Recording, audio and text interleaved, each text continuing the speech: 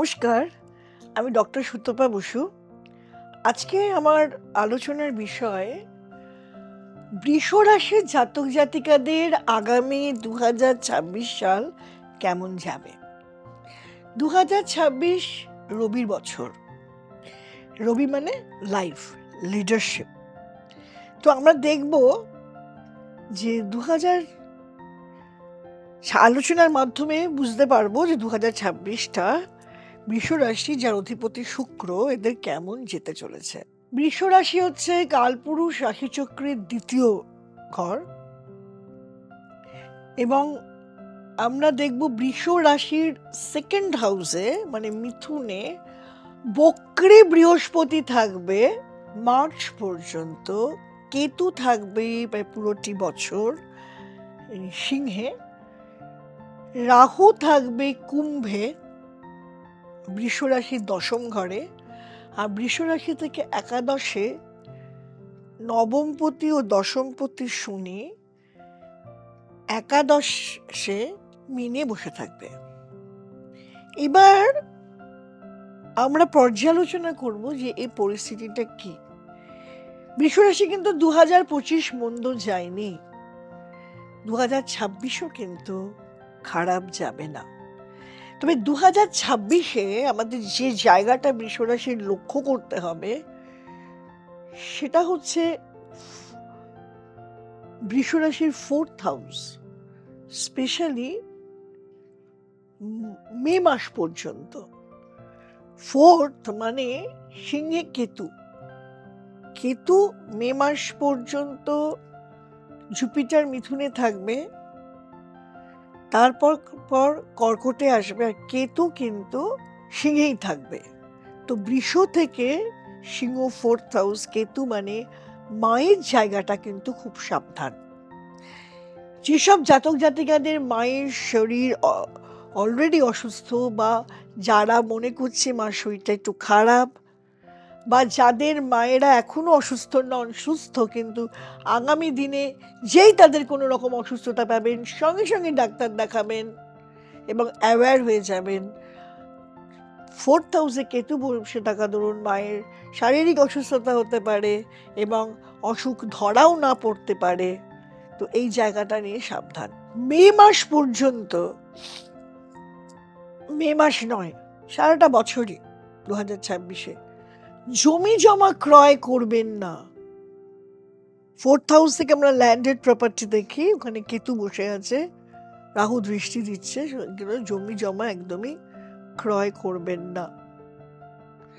আমরা ফোর্থ হাউসে education, specially primary education, যারা মাধ্যমিক দিচ্ছে, যারা উচ্চ মাধ্যমিক দিচ্ছে, দেখা যাবে তারা ল্যাক অফ কনসেন্ট্রেশন থাকবে, পড়াশোনায় অমনোযোগী থাকবে, রেজাল্টও হ্যাম্পার্ড হতে পারে।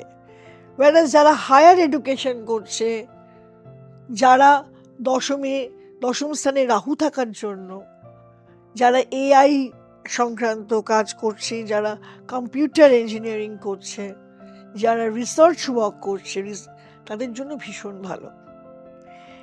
এবং নবমপতি দশমপতি বৃষ রাশির একাদশে থাকার দরুন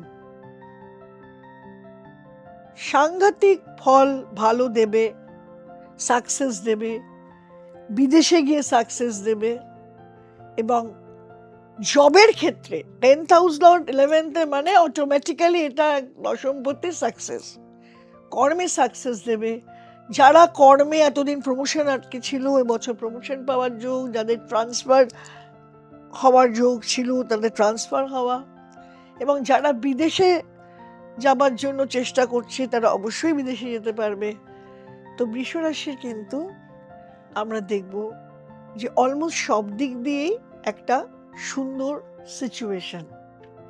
যারা অর্থ, বৃষ রাশির সেকেন্ড হাউসে টিল মে বৃহস্পতি থাকবে, তারপর থার্ড হাউসে চলে যাবে। স্ব উপার্জিত অর্থ বা এই অর্থকে যদি কেউ ইনভেস্টমেন্টে লাগাতে চায়, এসআইপি করা বা অন্য কোনো লং টার্ম ইনভেস্টমেন্ট, অবশ্যই খুব ভালো হবে। বৃষ রাশি জাতক জাতিকাদের লাভ লাইফ বা ম্যারিড লাইফ, এগুলোও কিন্তু আমরা দেখব যে তাদের সাকসেস আসছে। লাভ, যারা লাভে বিয়েতে পরিণত হতে চায় বিয়ে হবার সুযোগ থাকবে।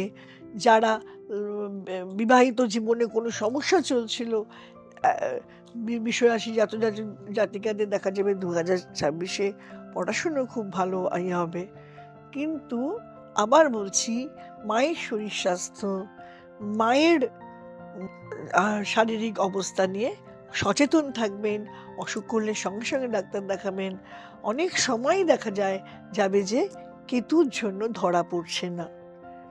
এবং লোন যদি নেন, লোন নিলে লোন শোধ করারও জায়গা হবে, কিন্তু জমি জমা, বাড়ি ঘর, গাড়ি এবছর বৃষরাশির জাতক জাতিকাদের না কেনাই ভালো, যেহেতু তাদের 4th হাউসটা কিন্তু অ্যাফ্লিক্টেড কেতু দ্বারা।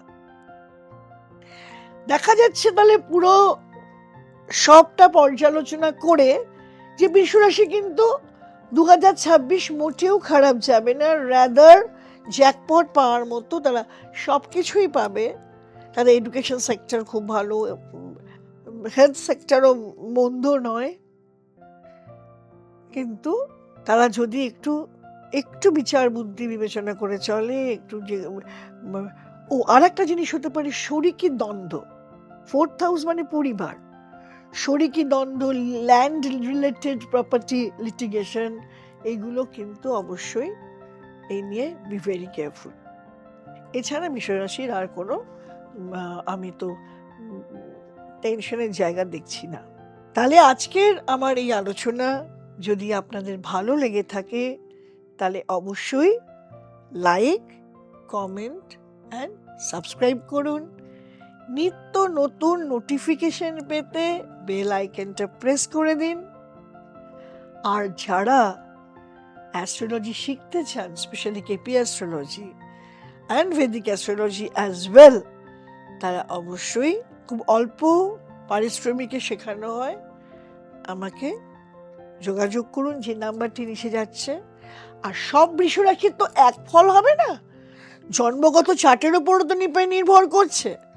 যার জন্ম ছকে রবি খারাপ, রবি কেতু, রবি রাহু দ্বারা অ্যাফ্লিক্টেড, তাদের তো অত ভালো নাও যেতে পারে। সেক্ষেত্রে কিন্তু আপনাকে অবশ্যই আমার সাথে বা যে কোনো ভালো অ্যাস্ট্রোলজারের সাথে, যারা আপনাকে হেল্প করতে পারবে, যোগাযোগ করে আপনার চার্টের রেমিডি মানে যে গ্রহগত সংস্কার করে নেওয়ার ব্যবস্থা করুন। নমস্কার।